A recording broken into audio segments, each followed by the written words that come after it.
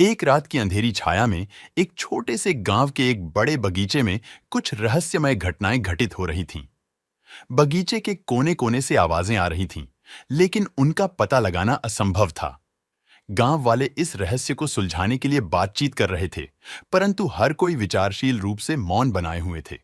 एक दिन गांव के सुमित नामक एक युवक ने इस रहस्य को हल करने का निश्चय किया। उसने रात के समय बगीचे की ओर कदम बढ़ाया। उसकी राह में अंधेरा और भयानक था। बगीचे की मध्य भाग में पहुंचते ही उसने सुना, कौन है? वह ध्वनि गूंथी हुई रात की चुप्पी में घुल रही थी। युवक ने एक छिपी हुई बुट्टी से दीपक जलाया और राज का पर्दाफाश करने का निर्णय किया।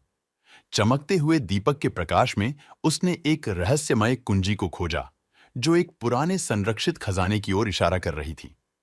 युवक ने खजाने की ओर कदम बढ़ाया और एक विशाल गुफा की खोज में वहां पहुंचा। गुफा के अंदर एक अद्वितीय माहौल था, जिसमें सोने और चांदी के सिक्के चमक रहे थे। इसके साथ ही युवक ने एक पुराने दस्तावेज को भी पाया, जिसमें एक रहस्यमय इतिहास छुपा हुआ था। इतिहास के अनुसार यह गुफा एक पुराने राजा की राजधानी के सुरक्षित स्थान का हिस्सा था, जो समझदारी और साहस से भरा हुआ था।